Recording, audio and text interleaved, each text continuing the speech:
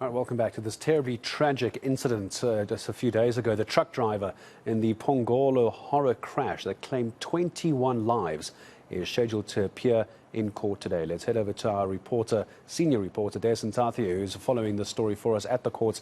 Hello to you, Dasen, and this is the very same person who fled the scene, isn't it?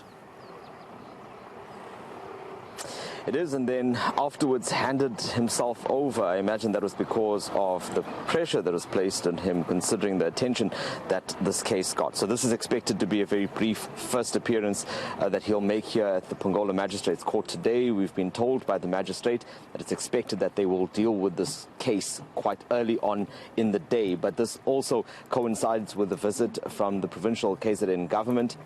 The acting premier is here, as well as various other departments, transport, education, social development as well. So their purpose here is to visit the families and also to attend this court case that is expected to get underway shortly. But unfortunately, the sense that we're getting on the ground and from residents that we've spoken to is that it's a little too late for this kind of intervention now, particularly because they've been talking about this issue of trucks and the dangers posed by the number of heavy vehicles that travel through this town for a long time now. In fact, I spoke to a gentleman who had been talking about this and tagging the Transport Minister, Phongolo, since 2019, talking about the same issue, and almost in a very prophetic way, he had said then that it was very likely that there was going to be an accident that would be caused, and this is exactly what's happened now. So pupils from 4 schools that are affected here, they will be among those that will be visited by that delegation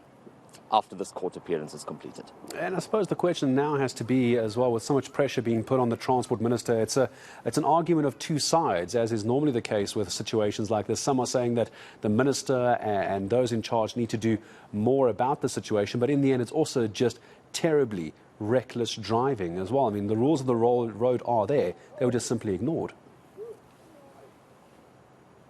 Exactly, and if you look at the dash cam footage, I think that's going to assist investigators immensely during this period, because you can see quite clearly there, with us not being investigators ourselves, but you can see clearly what transpired and how the last moments played out before that crash. You even see that the bakkie at some point is off to the side towards the yellow line before that moment when they crashed into each other. But it's such a layered problem, Gareth, because on the one hand, yes, you have reckless driving. On the other hand, you have the issue of transportation or scholar transport, where pupils in these areas are still traveling on the backs of bakkies. That in itself is a problem. Then you also have to question, why are there so many trucks on the road? And that's because of the failure of the rail network, which is supposed to be ferrying items like coal through the province as well. So there are a number of issues that need to be dealt with, and one wonders whether one simple visit like this is going to be enough, or hopefully this incident is going to give government now the impetus to start doing something tangible